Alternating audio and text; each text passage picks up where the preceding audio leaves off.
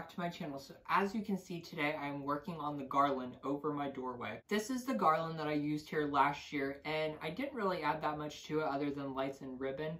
So what I'm going to do today is show you how I put together a Christmas garland. The steps are kind of similar to how I set up a tree, but a little bit different. You'll understand as we go. So as you can see, I have the garland already hung up with the lights in it. It is not pre-lit. I ran a string of just regular Christmas lights through. There's a hook in the center there. I put 2 screws on either side of the door. I used some pretty heavy floral wire. It's 22 gauge.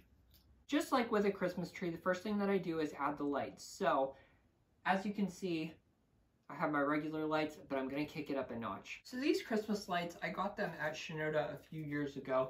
They are all these different strands with crystals on them. I only use these once.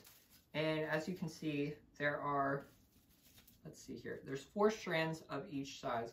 There is a small and a large, but let me show you the fun part to these. These are very breakable, so I gotta be careful. Okay. At the end of each one of these drops, or at the end of each one of these strands is this glass drop. And then of course these are all set in with lights.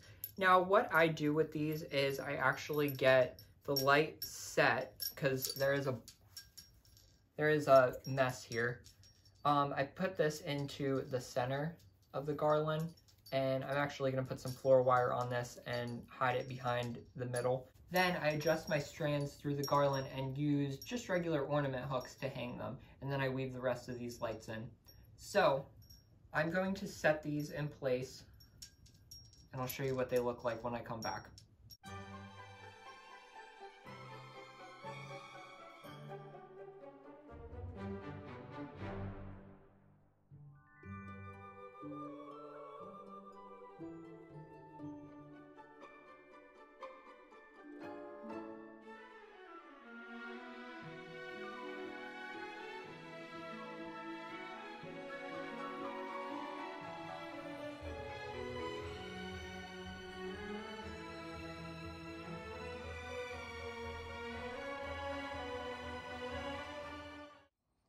Okay, so as you can see, I have the lights all hung. Oh, they are beautiful. So then all the cord just goes right there, and don't you worry. We will be hiding that in just a second. I just love these lights. I love the crystals on them. And then the little drops at the bottom there. Okay, so now let's address this middle part here, because I'm not too happy with it. So what I was going to do is I was going to go in with a couple of these branches that I actually used on my tree, as well as some other snowy pieces, and of course a bow.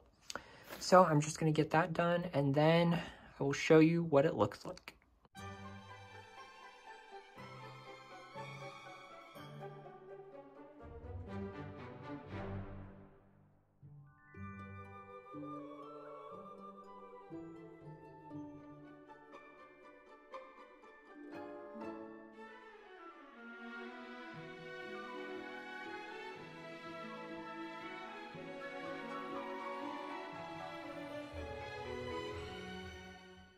Okay guys, it's all finished. So let me point out a few things of what I did on this garland. So as you can see on the top, I did a bow.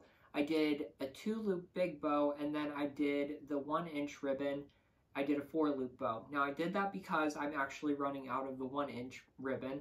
So this kind of gave me a bigger bow without using a lot of that ribbon. And to just continue on with what I had going with the ribbon, I decided to just kind of weave it randomly into each side of the garland. Not balanced, I don't want everything to be completely symmetrical. I put some twists and some turns here and there. And then I went through with the clear ribbon, and I just did 2 on each end. I needed a little bit of sparkle or something there, but I didn't want to do another 2-loop white bow because I thought that it would be too heavy. This clear ribbon is perfect because not only does it put something there without being too bulky, but it picks up the lights. So I actually made really long tails so they would kind of like swirl down the sides of the garland. And then I figured I needed more of the clear ribbons. I actually just made a 1-loop bow. Now you may be asking yourself, Jay, what is a 1-loop bow? You take your ribbon and make one loop, and that's it.